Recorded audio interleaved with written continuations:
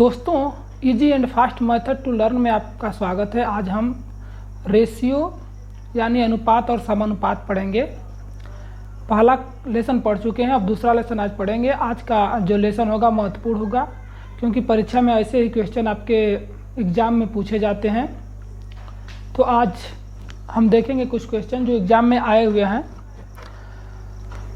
कल मैं आपको 5 ये रेशियो निकालने आपको बताया था, लेकिन 2 अंक का निकालने बताया था। आज आपको 3 अंक का कैसे रेशियो निकाला जाता है, सेम ऐसे 4 अंक का रेशियो निकलेगा या 5 अंक का, जो भी ABCDEF जो भी लिखा होगा उसको निकालेंगे। इससे पहले आपको मैं एक चीज़ बता दूं कि A संबंधे B proportion B संबंधे C, इसको पूछा जाए कि ABCD इसको क्या बोलते हैं, तो ये आज हम जानेंगे। अगर पूछ दिया जाए कि A अनुपाते B समानुपाते B संबंधे C क्यों क्या बोलते हैं, तो आज जाने तो पहले आप जान जाइए कि A को जो प्रथम है इसको प्रथम अनुपाती, 2 है तो इसको द्वितीय अनुपाती, और इसको तृतीय अनुपाती बोलते हैं, और इसको चतुर्थ अनुपाती बोलते हैं।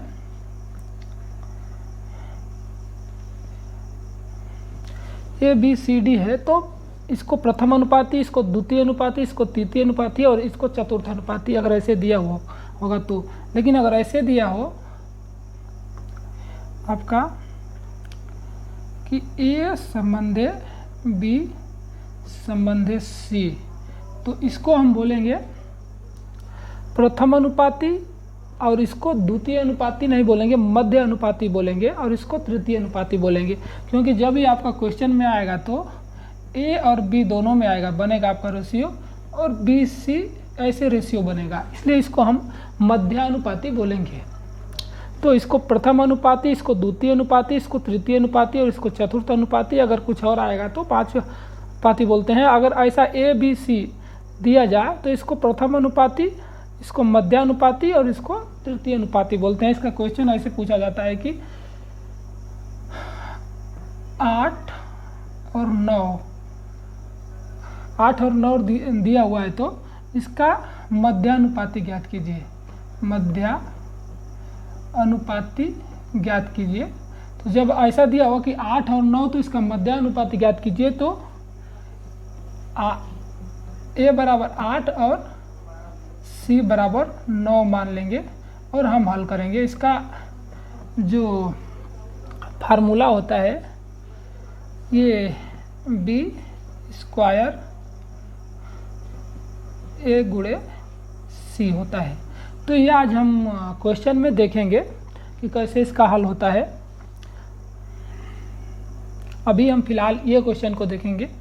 अब जैसे AB बराबर 2, अभी AB लिखा हुआ है, BC लिखा हुआ है और CD लिखा हुआ है, तो हम ABCD पहले लिख लेंगे।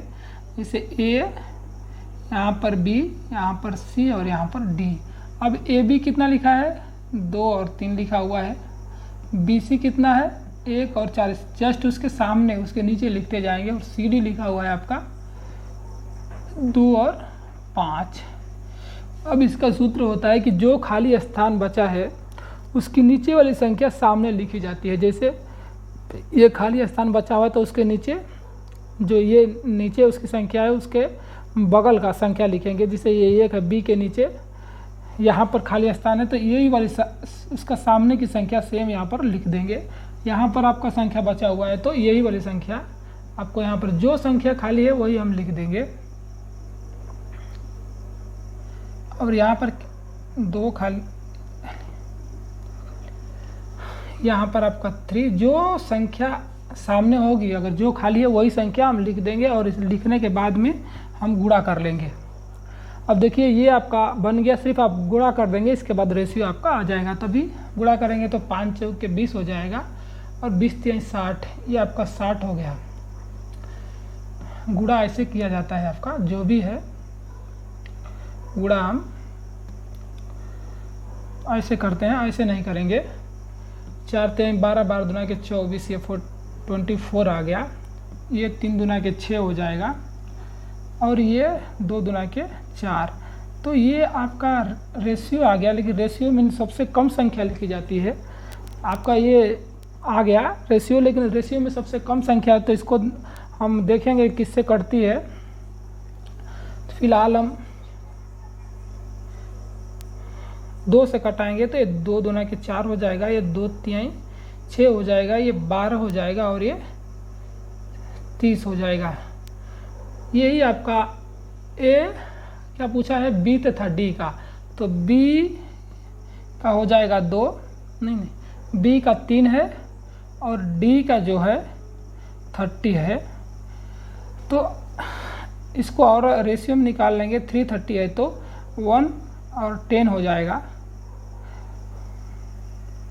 तो जो रेशियो बनेगी बी संबंधे डी का वो 1 संबंधे 10 हो जाएगा।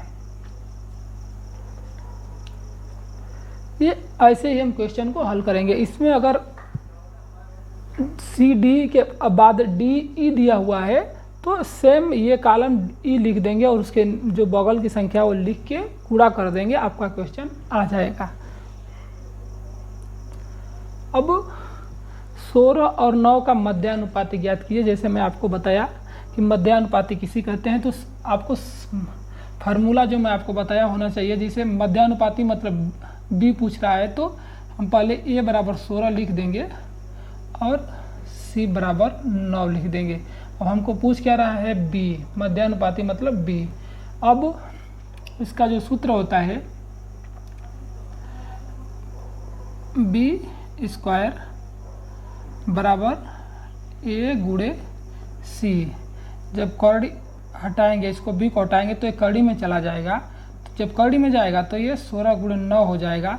फिर इसको जब हम गुणा करेंगे तो ये 144 हो जाएगा और कड़ी को हटा देंगे तो 12 आ जाएगा, क्योंकि 12 का वर्गमूल 124 होता है। तो अभी मध्यानुपाती कितना हो गया, 12, मतलब बी का मान जो हो जाएगा वो 12 हो जाएगा। ऐसे हम निकालते हैं। सेम ऐसा भी आपको क्वेश्चन पूछा जाएगा। अगर पूछा जाता है 16 और 9 का मध्यानुपाती ज्ञात कीजिए, तो मान लीजिए कि वो क्या पूछता है, बी। ये 16 मान लेंगे, 9 को सी मान लेंगे और बी पूछ रहा है तो ए के साथ में भी बी होता है। मैं जैसे आपको बताया ए के साथ में बी होगा और सी के भी साथ में बी होगा। तो ये क्या हो जाएगा, बी स्क्वायर हो जाएगा और ए गुणे सी। ये आपका फार्मूला आता है। इसी फार्मूला पर आप मध्यानुपाती निकाल लेंगे।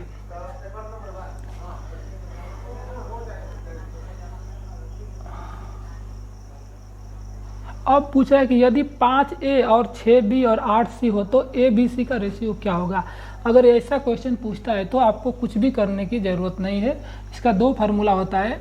अगर ये जैसे कि 5A का निकालना है तो इसको बंद कर लीजिए और 6 और 8 का निकाल दीजिए, गुणा कर दीजिए, तो कितना होगा, 48 हो गया।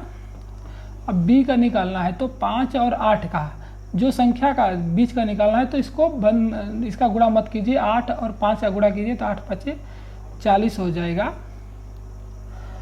फिर सी का लास्ट वाला निकालना है तो ये दोनों का गुणा करेंगे तो 30 हो जाएगा। अब ये रेशियो में निकालना है तो उसका कम मान निकालना पड़ेगा। ये 2 से जाएगा तो 2 दूना के 4, 2 चौके 8 हो जाएगा। ये 2 दूना के 4 20 हो जाएगा और ये 15 हो जाएगा।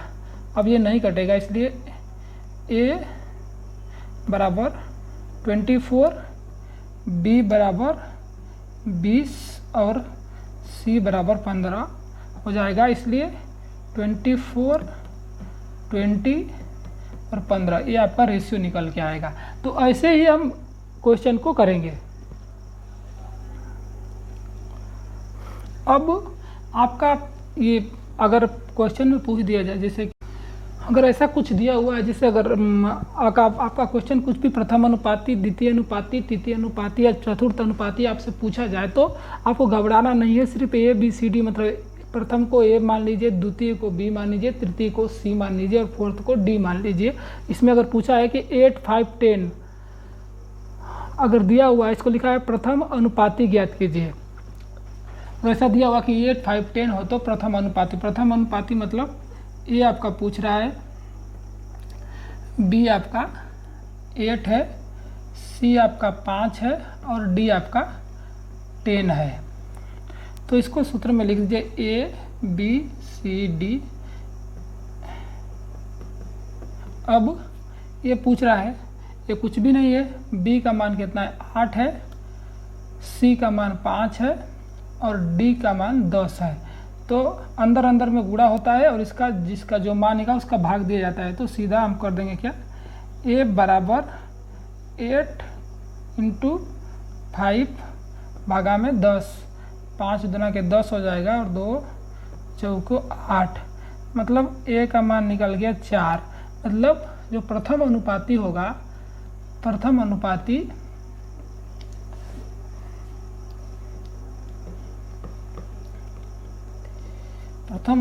का मान 4 होगा। अब इसको रख के देख लेते हैं कि ये बराबर है कि नहीं। अब 4 संबंधे 8 समानुपाते 5 संबंधे 10, ये दोनों और ये दोनों बराबर होना चाहिए तभी आपका होता है। तो देखिए जब इसको अंदर अंदर से गुणा करते 8 × 5 = 40 हो गया और 10 चौके 40, यानी ये जो क्वेश्चन है वो सही है। ऐसे ही आपको प्रथम अनुपाती पूछ दिया जाए, द्वितीय अनुपाती पूछ दिया या तृतीय अनुपाती या फोर्थ अनुपाती पूछा जाए तो हम सिर्फ प्रथम अनुपाती को ए मानेंगे, द्वितीय अनुपाती को बी, तृतीय अनुपाती को सी और चतुर्थ अनुपाती को डी। जैसे मैं आपको बताया सेम ऐसा ही आप रख करके उसका मान निकालना तो आप जान गए, रख के आप कर लीजिए और आपका मान निकल जाएगा। ये आपका लास्ट क्वेश्चन होगा। लिखा ए संबंधे बी संबंधे सी बराबर 2 संबंधे 3 संबंधे 4 है। तो 2a - 3b + 4c बराबर 33 है। तो इसका एक्चुअल वैल्यू क्या होगा? एक्चुअल वैल्यू अभी हम जानेंगे कि एक्चुअल वैल्यू क्या होता है। जैसे 2 संबंधे 3 है, मतलब ये कोई संख्या जो इसके मिडिल की होगी जिससे कटा होगा दोनों, इसके बाद में ये रेशियो निकला होगा, ऐसे रेशियो बन जाता है। मान लीजिए कि अगर हमको मालूम चल जाए कि कॉमन वैल्यू 10 है तो हमको एक्चुअल वैल्यू मालूम चल जाए, क्योंकि कॉमन वैल्यू से रेशियो में गुणा कर देने से हमको एक्चुअल वैल्यू मालूम चल जाता है। तो एक्चुअल जैसे ये 10 है, इसका कॉमन वैल्यू 10 है, हमको मालूम चल गया तो हम इसमें गुणा कर देंगे तो कितना हो जाएगा, ये हो जाएगा 20 और ये हो जाएगा 30। ऐसे ही सेम अगर हमको पूछ दिया जाए कि 20 और 30 रुपया है, उसका रेशियो में निकालेंगे तो हम सीधा रेशियो मतलब जो संख्या से कटेगी, जो संख्या दोनों में कट जाएगी उसी को हम रेशियो बोलते हैं। मतलब ये क्या है, ये 10 से कट जाएगा तो 2 संबंधे 3 हो जाएगा। तो जो एक्चुअल वैल्यू अगर हमको मालूम है तो मालूम करना है तो हमको कॉमन वैल्यू निकालना पड़ेगा। कॉमन वैल्यू मतलब ये दोनों में जो रहेगा होगा उससे।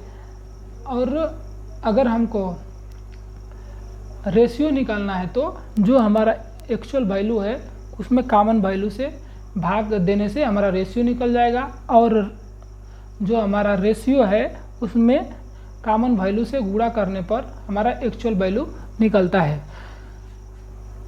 तो इसको पूछा कि एक्चुअल वैल्यू क्या होगा।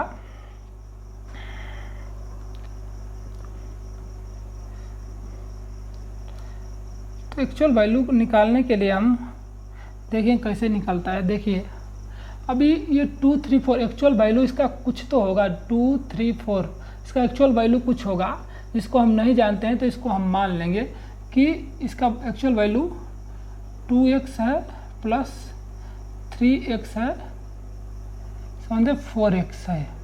अब इसका मान हम रख देंगे, 2 में 2 का रखेंगे तो कितना हो जाएगा, 4x हो जाएगा। अब ये 3 में 9x हो जाएगा, और ये क्या है, ये 4 है तो 4 चौके 16x हो जाएगा बराबर 33 हो जाएगा। अब इसको 16 और 4 जोड़ देंगे तो कितना हो जाएगा, 20x हो जाएगा माइनस 9x बराबर 33। अब 20 में से 9 घटेंगे तो कितना हो जाएगा, 11x बराबर 33। अब इसको 11 33 3 हो जाएगा। तो हमको मालूम चल जाएगा जो कॉमन वैल्यू है वो 3 है। तो जो हमारा संख्या दिया हुआ है कितना है, 2 3 4, तो हम आपको बताया कि जब हमको कॉमन वैल्यू मालूम चल जाएगा तो एक्चुअल वैल्यू निकालना है, तो ये हमारा रेशियो है, उसमें हम गुणा कर देंगे। तो जब हम गुणा करेंगे तो हमारा एक्चुअल वैल्यू मालूम चल जाएगा। तो 4 3 12 हो गया, तितली के 9 हो गया और 3 दूना के 6। अब ये 3 से फिर से नहीं, अभी हम एक्चुअल वैल्यू मारना करना है, इसलिए हमको इतना पर जो गुणा करने के बाद जो संख्या आएगी वही हमारा एक्चुअल वैल्यू है। तो 2 3 4 का जो एक्चुअल वैल्यू है 6 9 और 4 है, यानी ए का मान 6 है, बी का मान 9 है और सी का मान 12 है। तो ऐसे हम एक्चुअल वैल्यू मालूम करते हैं। दोस्तों, अगर यह वीडियो अच्छी लगी तो लाइक और सब्सक्राइब कीजिएगा। Thank you.